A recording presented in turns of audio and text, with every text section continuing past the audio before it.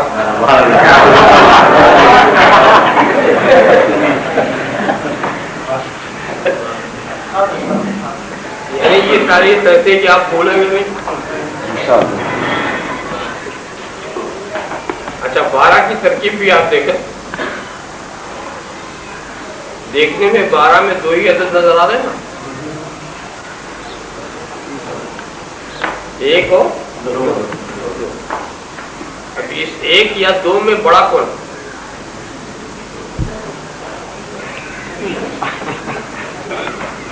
بڑا کون؟ 1 کو زیادہ کہیں یا 2؟ دیکھیے بچے بول رہے کہ 2 زیادہ. اب بڑے کیا بولتے؟ بچوں نے تو کہا 2 زیادہ ہے 1 سے. مگر آپ کو ہم بتا دیں کہ بچوں کا بھی کہنا صحیح ہے کہ 2 1 سے زیادہ ہوتا ہے, مگر یہ بات بھی صحیح ہے کہ 12 میں جو 2 ہے وہ 1 سے زیادہ نہیں.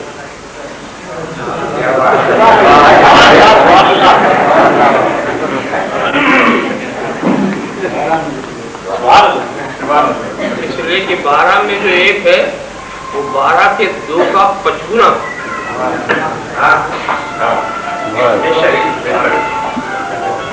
5 درجے وہ زیادہ ہے. تو 1 کو یہ ضابطی کہاں سے ملی؟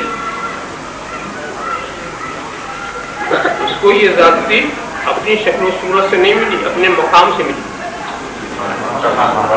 جس مقام پر وہ ہے وہ اور ہے, اور جس مقام پر 2 ہے وہ اور.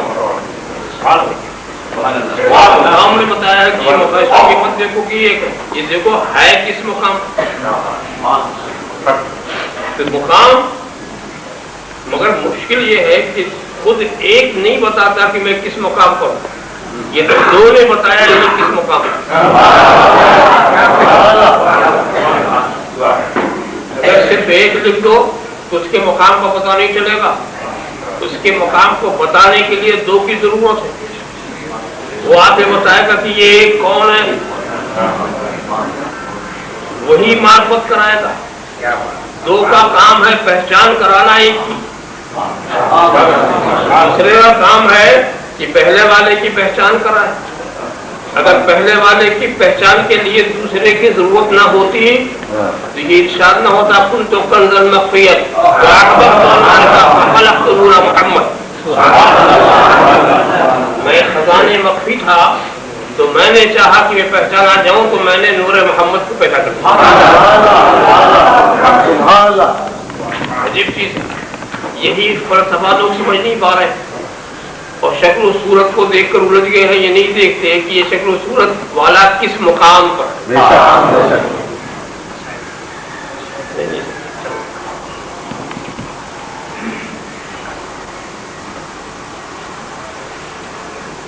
بہرحال غریب ہونے کی بات پتہ چلتا ہے کس کا مقام کیا.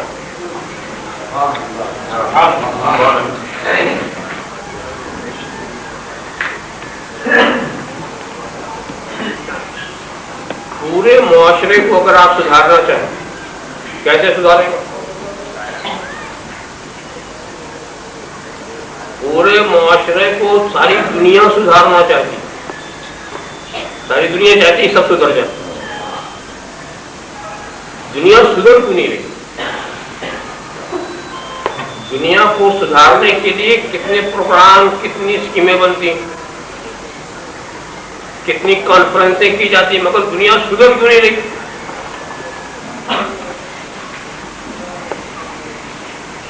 اور دنیا کبھی نہیں سدھرے گی جس طرح لوگ سدھارنا چاہتے ہیں. کیوں؟ جو سدھارنا چاہتے ہیں وہ خود سدھرے ہوئے نہیں.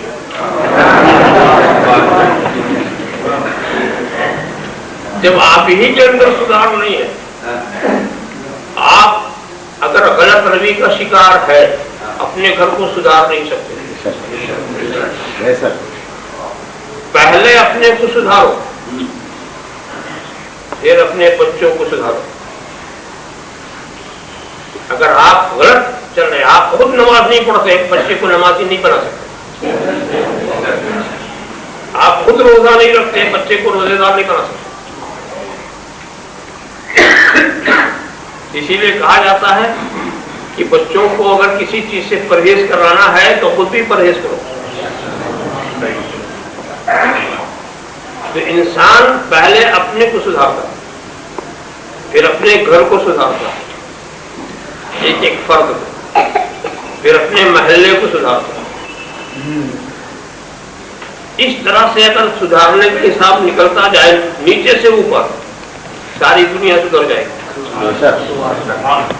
اور یہ اپنے کو سدھارے بغیر دوسرے کو سدھارا.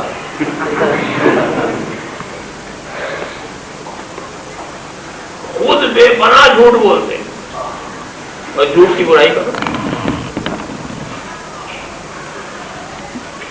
خود بالکل غلط روی کا شکار ہے اور غلط روی کے خلاف اسکیمیں بنا رہے.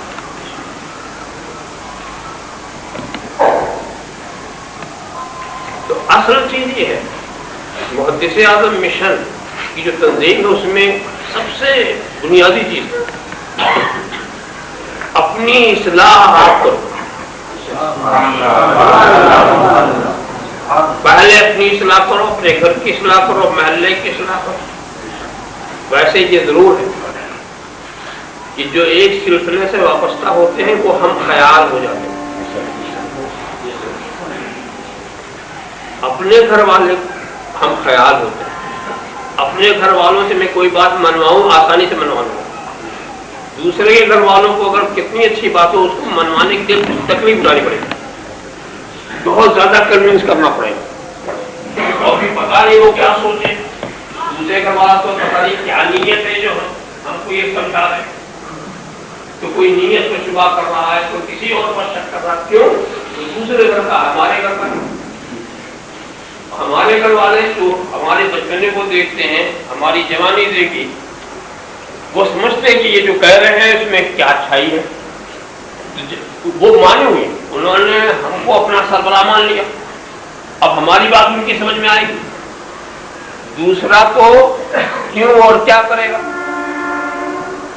کیوں اور بھائی کیوں اور کیا بھی ٹھیک ہے, مگر ہر جگہ نہیں کیا جاتا. اس سلسلے میں میں آپ کو بتاؤں, ایک ہوتا ہے استاد, ایک ہوتا ہے شاگرد, اور ایک ہوتا ہے پیر اور ایک ہوتا ہے مرید.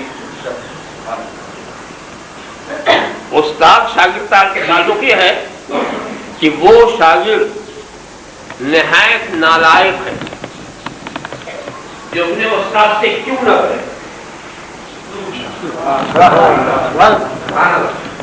پڑھنے والی بات ہے نا, تو جب کیوں کرو گے تبھی تو وہ جواب دے گا. کہ وہ شاگرد نہایت نالائق ہے, بے وقوف ہے, ناسمجھ ہے, جو اپنے استاد سے کیوں نہ کرے. اور وہ مرید نہایت نالائق ہے جو اپنے پیر سے کیوں کرے. یہاں کیوں نہیں, سنا اور مان لیا, وجہ نہیں پوچھی کیوں ایسا, وجہ نہیں.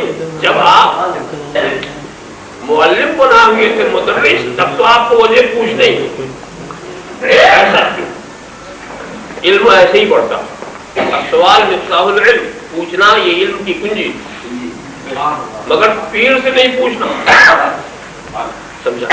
وہاں تو صرف ماننا اس لیے کہ جب آپ نے پیر نہیں بنایا تھا تب پوچھنا تھا, اب بنا چکے اب کیا پوچھنا. آپ نے صحیح کیا یا غلط کیا یہ کرنے سے پہلے سوچنا تھا نا. اسی لیے جب تک اللہ کے رسول پر لوگ ایمان نہیں لائے, نہ جانے کتنا کیوں کیا, نہ جانے کتنا کیا بولے, کیا کیا سوالات میں, مگر ایمان لانے کے بعد کیوں ختم ہو گیا. اب نبی کچھ بھی کہہ دے, چاہے دماغ میں آئے یا نہ آئے, مانے. کچھ بھی کہہ دے, یہ تو کیوں کا مقام ہوتا کہ جب ہم مان نہ ہوتے پھر پوچھ لیں کہ ہم کیوں کیا سے مانیں گے. سبحان اللہ. یہ معاملہ آپ کے کہنے سے ہم نہیں مانیں گے. ابھی ہم نے آپ کو مانا نہیں. اب اپنی عقل کو تو ہم مان رہے ہیں, آپ کو نہیں مانا. اب آپ کہیے اور ہمارے عقل کے مطابق ہو تو مانیں گے. مگر جب ہم نے اپنی عقل کو آپ کو دے دیا, اب آپ جو کہیں گے ہم وہ اپنی عقل سے نہیں اپنے عشق سے مانیں گے. ایسی بات جو ماننے کے لائق نہیں, مگر آپ کہیں تو مانیں. بظاہر دیکھو کتنا خوش ہوا ہوگا ابو جہل کہ جب حضور معراج سے آئے اور معراج کا واقعہ بیان کیا, اس محفل میں صدیق اکبر نہیں تھا. موقع ملا ابو جہل کو, کہتا کیوں بات تھوڑے رات کے تھوڑے سے حصے میں ایسا سوا اور چلے بھی آئے. کتنی حیرت کی بات. کیونکہ نبی پر وہ ایمان نہیں لایا تھا, اسی لیے اس کی عقل میں یہ بات آئی نہیں رہی. نہ ماننے کے بعد یہ حیرت, اس میں کوئی حیرت نہیں. تو صدیق اکبر سے ملتا اور کہتا اچھا بتاؤ کیا یہ چیز ممکن ہے کہ ایک شخص راتوں رات اتنا لمبا چوڑا سفر کر کے واپس آتا ہے؟ تو صدیق اکبر نے کہا ایسا نہیں ہو سکتا. اب سوچا اب معاملہ ٹھیک. یہ بہت مشکل ہے کہ ایک آدمی جائے اور چلا, تو اس نے سمجھا اب ہماری جیت ہو گئی. کہا کہ یہ جو آپ کے صاحب ہیں یہ آپ کے نبی ہیں, یہی کہہ رہے ہیں کہ راتوں رات آسمان پر گئے, یہاں گئے, وہاں سے چلے آئے. اتنا وہ کہا تھا وہ پوری بات بھی نہیں کہہ سکا. اگر انہوں نے کہا سب ٹھیک ہے.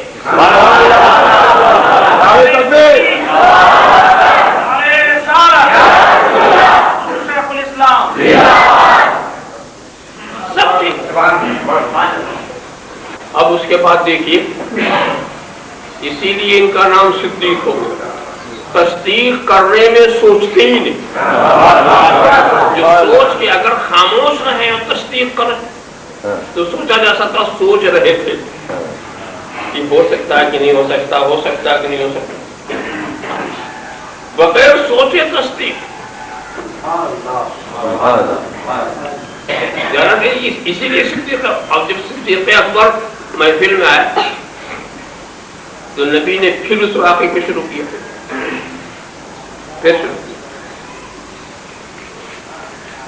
پہلے سارے مجمع کے لیے تھا, اب صرف صدیق اکبر کو سنانے کے. تو ایک جملہ حضور کا ختم ہوتا تھا اور صدیق اکبر فوراً صدق یا رسول اللہ. آپ نے ہر جملے کی تصدیق. آدمی پورا واقعہ سن کے کرتا ہے نا, بڑا واقعہ سن کر ٹھیک ہے آپ نے جو فرمایا ٹھیک ہے. انہوں نے ایسا نہیں کیا. ہر جملے کی تصدیق, ہر جملے کی تصدیق.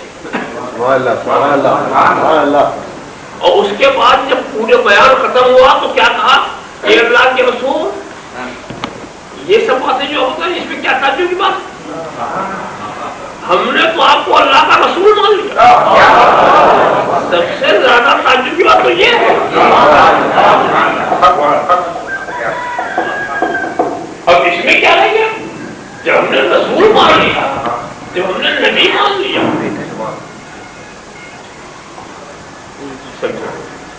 تو ہم گواہی دیتے ہیں آپ اللہ کے رسول ہیں. تو نبی نے اس کا کیا انعام دیا, میں گواہی دیتا ہوں کہ تو صدیق برحق ہے, صدیقیت کے اوپر تائید حاصل کرتا.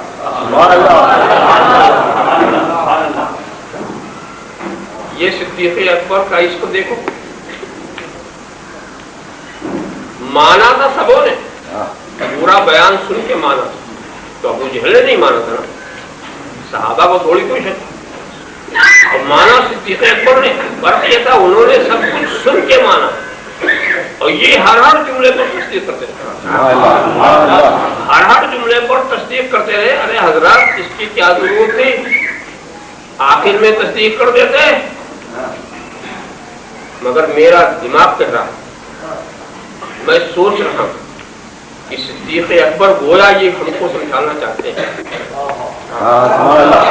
کہ اگر میں سارا بیان سن کر تصدیق کرتا تو لوگ سوچ سکتے تھے کہ جب تک بیان ہو رہا تھا میں سوچ رہا تھا کہ کیا یہ ہو سکتا ہے کہ نہیں، میں سوچ سکتا کیا یہ ہو سکتا ہے، اور میں ہر جملے کی اس لیے تصدیق کر رہا ہوں تو پتا چلے کہ یہاں عقل کا کوئی دخل ہی نہیں۔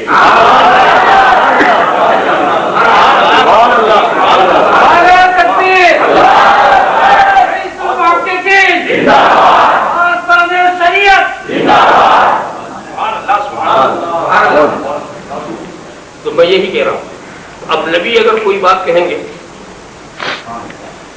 تو صحابہ تو مانیں گے، ان کو تو کچھ کرنا نہیں۔ ہوتا یہی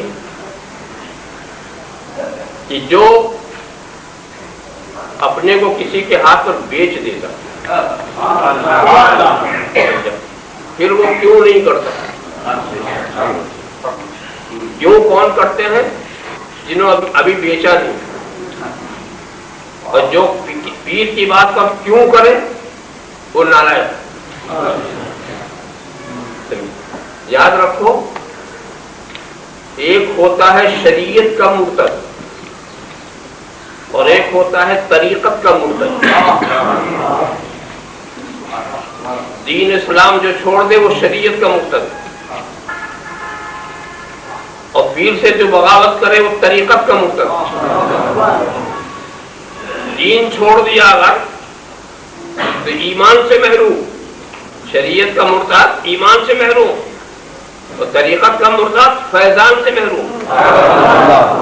اگر کسی پیر سے وابستہ ہو کر بلا وجہ آپ نے اس کو توڑ دیا یا اس کی بات نہیں مانی یا اس کے خلاف ورزی کیا، دنیا کے کسی بھی پیر سے آپ مرید ہو گئے، کہیں کا فیضان نہیں ملے گا۔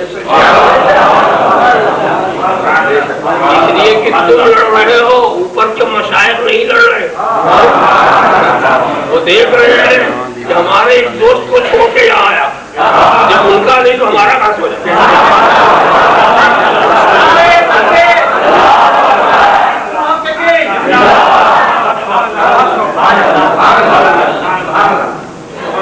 اسی لیے لائق مرید وہ ہے جو اپنے پیر سے محبت رکھے، عقیدت رکھے، مگر ساری دنیا کے مشائخ و پیروں کا احترام کرے، ان سے محبت رکھے، جو خدمت کر سکتا ہو کرے، ان کی بارگاہ میں پہنچتا ہے پہنچے، مگر دل میں عقیدہ یہ رکھے کہ کہیں بھی جائے، کسی سے بھی دعا کرائے اور کوئی بھی کام ہو تو سب یہی عقیدہ رکھے کہ ہمارے پیر کا صدقہ۔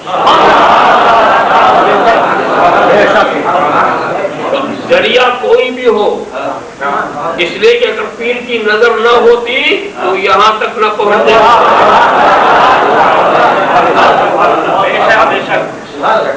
رب تبارک و تعالیٰ جس کو اچھا کرنا چاہتا ہے اچھا کرنے کے ذریعے کے قریب کر دے گا، جس کی پیاس بجھانا چاہتا ہے اسے پانی پلوا دیتا ہے، جس کی بھوک مٹانا چاہتا ہے اس کو کھانا کھلوا دیتا ہے۔ تو ذریعے کے قریب کرنا رب کا کام ہے، اگر بھوک مٹانا پیاس بجھانا یہ خدا کا کام ہے۔ قریب ہونا اور چیز ہے، ذریعہ بدل سکتا ہے مگر کام ایک ہی جگہ سے ہوگا۔ ایک بات بتاؤں، یہ سارے درخت آپ نے دیکھا اس میں پتیاں لگی ہوئی، پتیوں نے ٹہنیوں کو پکڑ رکھا، قریب میں دوسری ٹہنیاں ہیں، دوسری پتی نے پکڑ رکھا۔ اب اس پتی کو کیا دوسری ٹہنی سے کچھ مل سکتا؟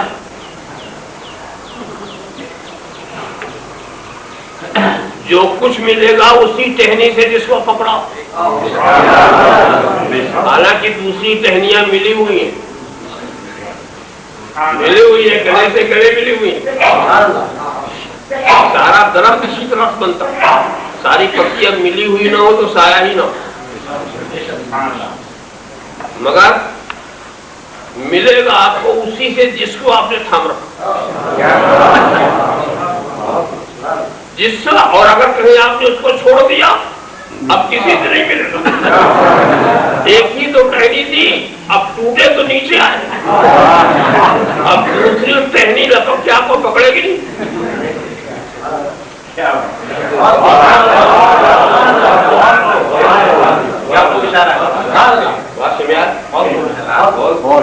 اس میں یہ لوگ بہت دور کی سوچتے ہیں، یوسف قریشی و شوکت علی، انہوں نے کہا کہ بھی اپنے گھر سے کام شروع کرو۔ اب جو سلسلے میں آگے سلسلہ اشرف میں وہ اپنے گھر کے فرد ہو گئے، جو اپنے گھر کے ہو گئے تو وہ جتنا مانیں گے دوسرا نہیں مانے گا، اور جب ان کی ترقی دوسرے دیکھیں گے دوسرے بھی آئیں گے، وہ بھی سمجھیں گے کہ بھائی یہ گھر والوں کے لیے کام نہیں کر رہے ہیں، کام کر رہے ہیں باہر والوں کے لیے بھی گھر والے کے لیے۔ ایسا نہیں کہ انہوں نے کوئی گھر والوں کے لیے پروگرام بنا رکھا، مگر کام گھر سے شروع ہوتا، مگر ان کو پتا تو چلے کہ گھر میں آدمی کتنے۔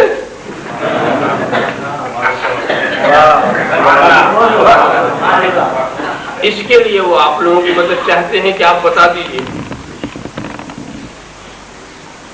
کہ اہل بیت اشرفیہ میں افراد کتنے، اور یہ بھی سمجھنا چاہتے ہیں کہ اس میں کون کس حال میں۔ بھائی کسی کا حال نہیں معلوم ہوگا تو آپ اس کے لیے کیا کریں؟ اس سے محبت، خلوص یہ سب پیدا ہوگا، بار بار آپ ملیں گے، اخلاص پیدا ہوگا جو اسلام چاہتا ہے۔ تو آپ نے ان کی باتیں سمجھنی، جو انہوں نے کہا وہ آپ سمجھ گئے؟ جب سمجھ گئے تو کیا سمجھانا؟ کھڑے ہو کے صلاۃ و سلام پڑھو۔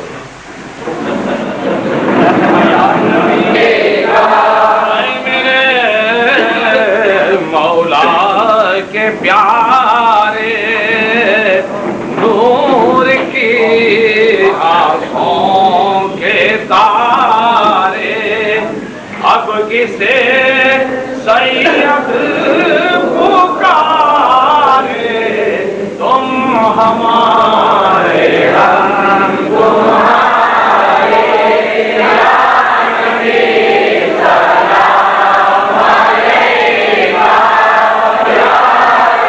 رسول سلام علیکہ، یا حبیب سلام علیکہ،